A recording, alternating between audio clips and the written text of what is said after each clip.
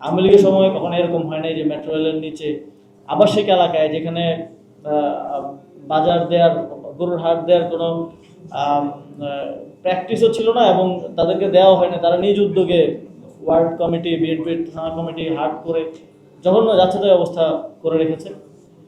তো আমরা এই পরিবেশের চ্যালেঞ্জটাকে আরও খারাপের দিকে যাচ্ছে বলে দেখতে পাচ্ছি, কারণ এই সরকারের মধ্যে এটা নিয়ে মাথা ব্যথা আমরা আসলে সেভাবে দেখি নাই। আর বাংলাদেশের পরিবেশ মন্ত্রণালয়ে এখন একজন কর্পোরেট বিজনেসম্যান আছে যার নিজস্ব অনেকগুলো প্রজেক্ট, অনেকগুলো ইন্ডাস্ট্রি সেট আপের জায়গায় এই পরিবেশ নিয়ে বিতর্ক আছে এবং সেগুলো কিন্তু বন্ধ হয়ে আছে। আপনারা জানেন কিনা যে কোর্টে আবেদন করে তার অনেকগুলো ইন্ডাস্ট্রি সেট আপ যেখানে বনাঞ্চল ধ্বংস করে বা আমাদের বায়োডাইভার্সিটি ধ্বংস করে ইন্ডাস্ট্রি করার উদ্যোগ তিনি নিয়েছিলেন, সেগুলোকেও কোর্টের রায়ে বন্ধ করা অবস্থায় এখন আছে। তিনি আমাদের পরিবেশ মন্ত্রী, তো আমাদের পরিবেশের কি অবস্থা হবে আগামী 5 বছরে এটা এখান থেকে অনুমান করা যায়। এবং সরকারের পলিসির মধ্যে এটা কোনো প্রায়োরিটির মধ্যে নাই। সরকার হয়তো কিছু গিমিক বা কিছু বক্তব্য, কিছু কর্মসূচি, এই যে 25 কোটি বৃক্ষরোপণ করবো, বাট একটা ওভারঅল প্ল্যানের মধ্যে কিন্তু পরিবেশকে আপনাকে ফেলতে হবে এবং দেখতে হবে। পরিবেশ এবং জলবায়ু এইটা আরো বড় পলিসিগত জায়গা থেকে এটা 5 বছরের নয়, এটা একটা লং টার্ম প্ল্যান অ্যান্ড এক্সিকিউশনের ব্যাপার আছে, মনোযোগের ব্যাপার আছে।